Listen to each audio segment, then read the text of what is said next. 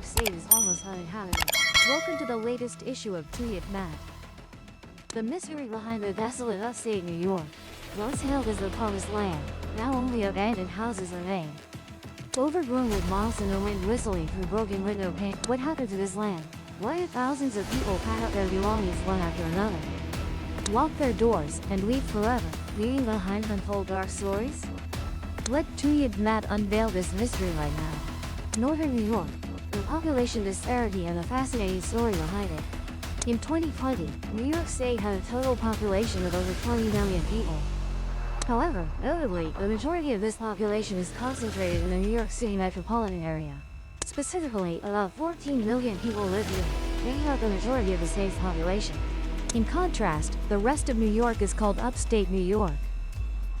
This northern region has only about 6 million residents. This disparity is quite unusual, as New York City occupies only a very small portion of the state's area, but has a population several times larger than countries like the Czech Republic, Sweden. If upstate New York were to become a separate state, it would rank 20th in population in the US, while the southern part of New York would rank 4th. Before the 1960s, New York was the leading state in every aspect: population, culture, economy, and others. But since then, everything has completely changed.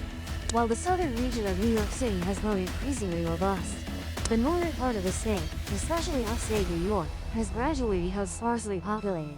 This is not just a story about changes in population distribution, but also relates to major economic, industrial, and social upheavals. And if you're wondering why there is such a population disparity, the answer lies in a series of historical, economic, and social factors. Let's explore some reasons why this land has gradually become deserted. The development history of upstate New York, from a cradle of innovation to a sparsely populated land. To better understand the development of upstate New York, we need to go back to the earliest years in the history of this land. First, let's look at the population distribution and the development of industries in the region. Upstate New York is renowned for its natural beauty, such as Niagara Falls, the Adirondack Mountains, the Catskills, along with famous destinations like the National Baseball Hall of Fame Museum and the Finger Lakes. These are attractions that draw both domestic and international tourists. In the 19th century, this land was once the cradle of many inventions and projects with significant global influence. Inventors took advantage of abundant resources like water from rivers and canal systems to develop heavy industries, while building railroads and canals, creating a comprehensive transportation network. Entering the 16th century, this land was explored by the Italian explorer Giovanni da Verrazzano in 1524. However, it wasn't until 1609 that the Dutch officially claimed ownership of this land. This may surprise many, but New York was actually first settled by the Dutch and originally named New Netherland. In 1625, the Dutch built Fort Amsterdam at the southern tip of Manhattan Island to protect the Hudson River. After many years of development, New Netherland gradually became the city of New Amsterdam, before being captured by the British and renamed New York in 1664 after the Anglo-Dutch War. Before Europeans arrived, the upstate New York region was home to many Native American tribes, most notably the Iroquois Confederacy, consisting of 6 tribes: Mohawk, Oneida, Onondaga, Cayuga, Seneca, and Tuscarora. These tribes have lived and thrived in this area for thousands of years before Europeans set foot here. During the American Revolution, many major battles took place in this land as the Iroquois tribes split into 2 factions. One faction supported the Loyalists, loyal to the British Crown, and the other supported the Patriots, American Patriot. After the war ended, in 1784, an important treaty was signed at Fort Stanwix, the first in a series of agreements between the U.S. government and native tribes. Under this treaty, the Iroquois Confederacy had to cede most of their land, and this marked a major turning point in the history of this land. So, why has upstate New York become so sparsely populated in recent years? Is this merely a natural shift in societal development, or are there deeper reasons? The development and transformation of the upstate New York. When the early Dutch attempted to settle and explore New York, they faced numerous difficulties, primarily conflicts with indigenous tribes. However, after the new United States was established, the state's development made significant strides, partly due to the expansion of transportation routes like the Erie Canal in 1825. This canal completely transformed the region's economy by making it much easier to transport goods from the Great Lakes cities in the Northwest region.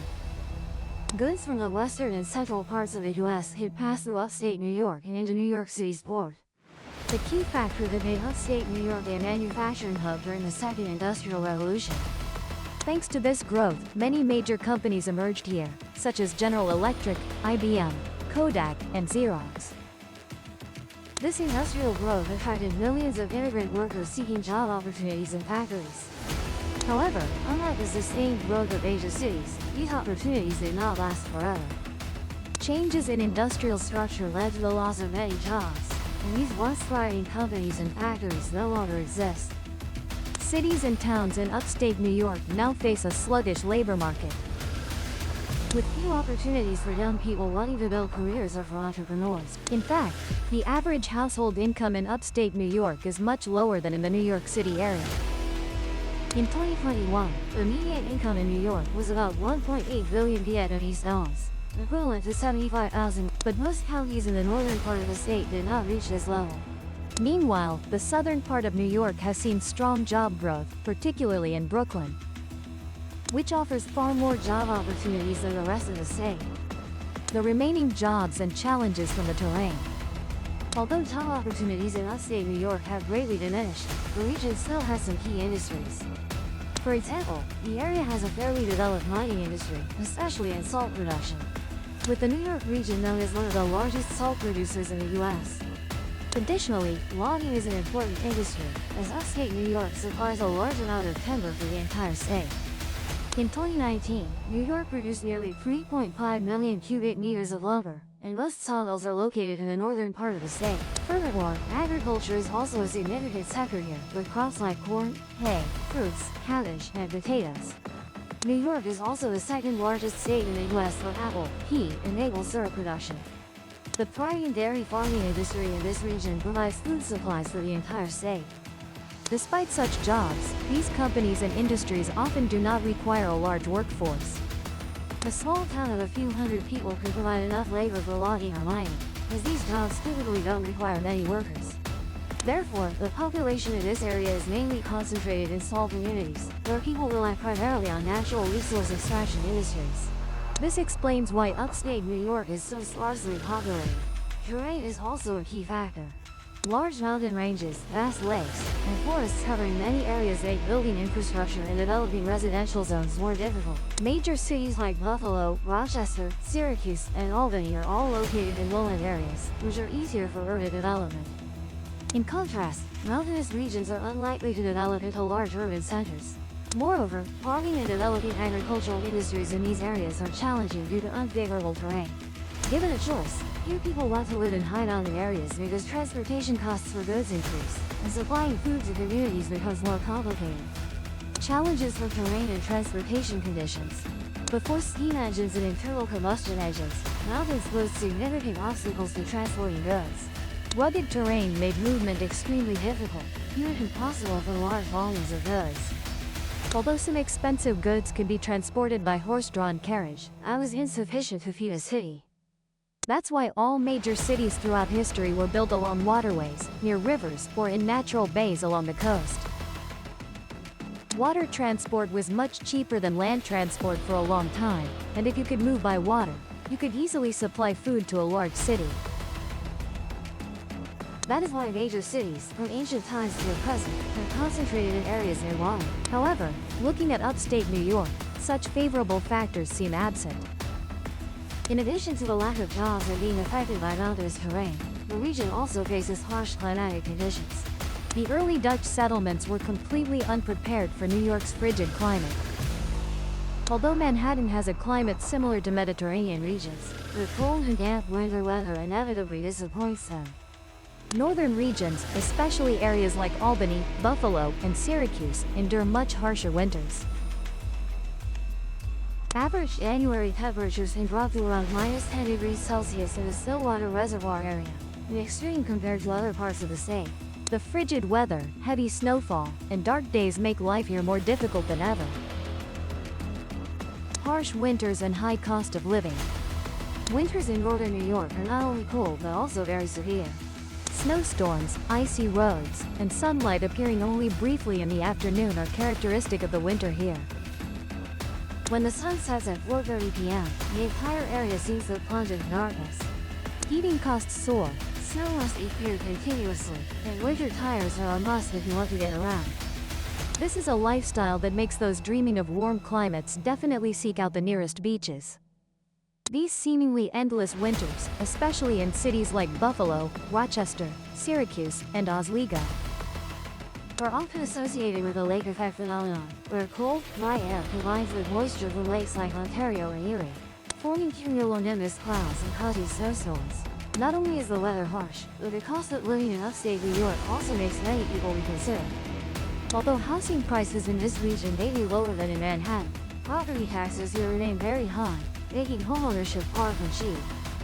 In fact, those wanting to own a home in the upstate New York area will face a tax burden that could rival mortgage payments in the southern United States.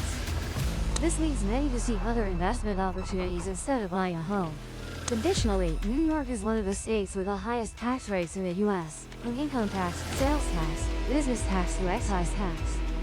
Residents of this state face a very heavy tax burden, and if you live in a place with such high taxes, you would expect to benefit from those taxes. However, reality shows that if you want to receive these benefits, living in the southern United States might be a better choice. If you think getting around in upstate New York is easy, you'll have to think again. The reality is, this area has almost no public transportation. LL had to love driving because he The roads here are also in desperate need of repair. For those accustomed to taking Uber or flexible ride-hailing, upstate New York will be a major challenge. You won't be able to walk to the nearest store, because a short trip here requires you to drive an SUV to get around easily. The traffic issues in upstate New York are clearly depicted, but perhaps slightly exaggerated, in shows like The Simpsons, but indeed, traffic in this region has many shortcomings. Meanwhile, the southern part of the state is not without traffic problems either, but what makes upstate New York special is an additional issue: a lack of government funding. While all attention is focused on improving transportation in the South, millions of dollars are being allocated to repair subway and commuter rail systems. Upstate New York receives much less attention. They also need to upgrade bus fleets and expand services, but this is not easy. For example, in Rochester, cycling is faster than taking a bus. A 5 kilometers distance takes about 20 minutes by bike, but by bus, you have to wait up to 35 minutes. Ultimately, it shows that living in the South, especially in New York City, is clearly a much more advantageous choice than living in upstate New York. New York City and its demographic situation. With the continuous development of New York City, especially in the 19th century, the city's population grew strongly. In 1800, the city's population was only 60,000, but by 1900, this number had increased to 3.4 million. During this period, the urban area expanded from Lower Manhattan to the entire island. Interestingly, when city commissioners planned the street grid in 1811, they thought it would take several more centuries for the city to expand as far as 155th Street.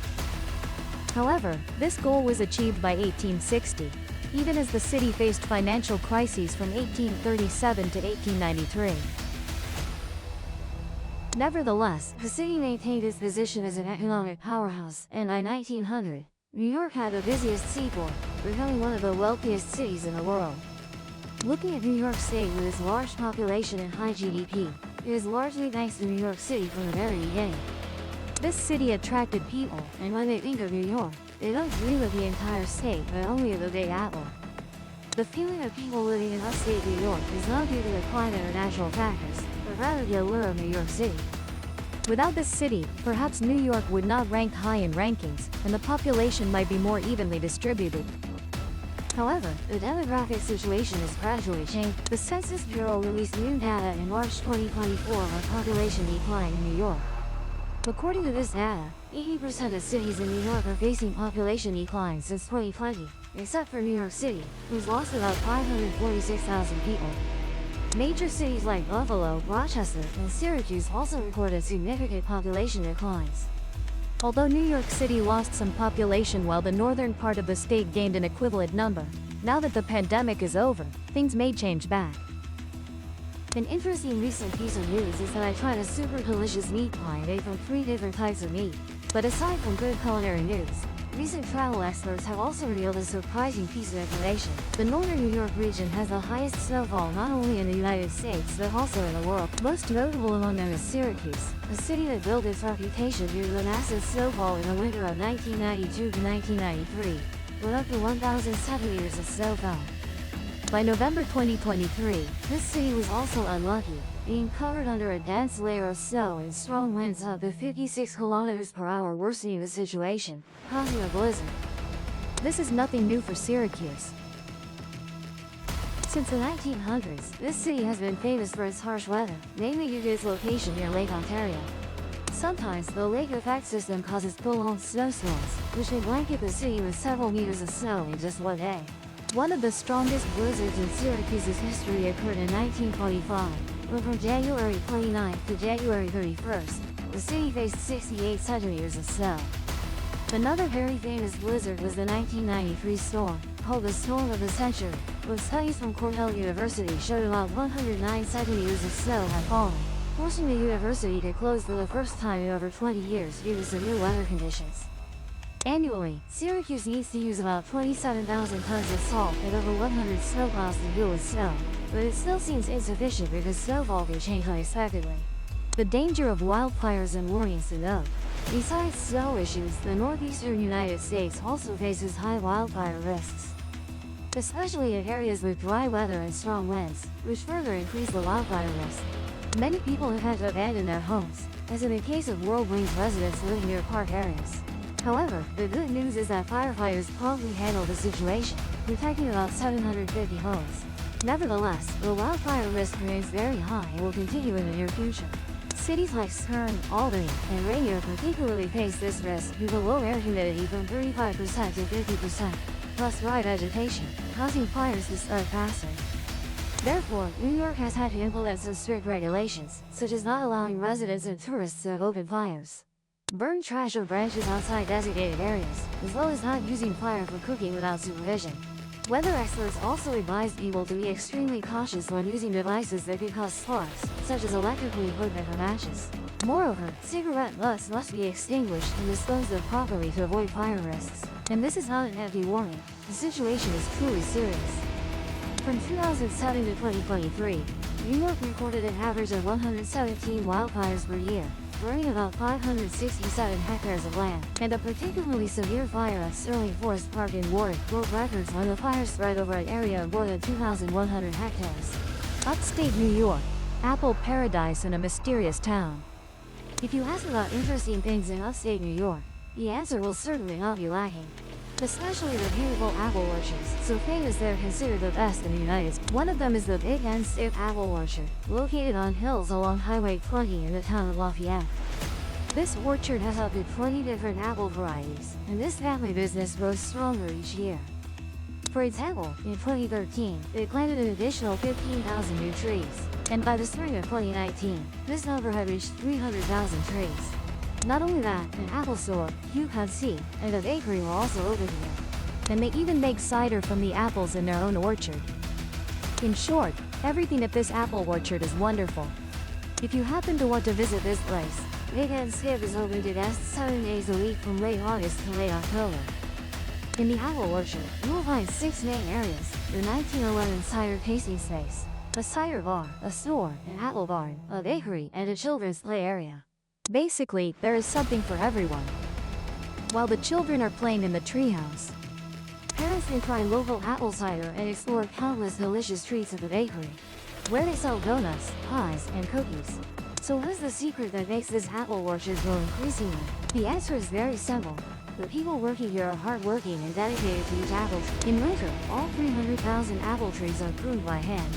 In spring, they bring in over 400 beehives to pollinate the trees, and also carefully monitor the weather to avoid frosts that could cause harm. In general, they do everything to ensure the apple trees stay healthy and produce delicious fruit. One might think New York is always a dream place to live, but it turns out there are also hidden corners behind it. And if you found this information interesting, don't forget to hit the subscribe button for the top. Thank you for watching the entire video, and see you next time.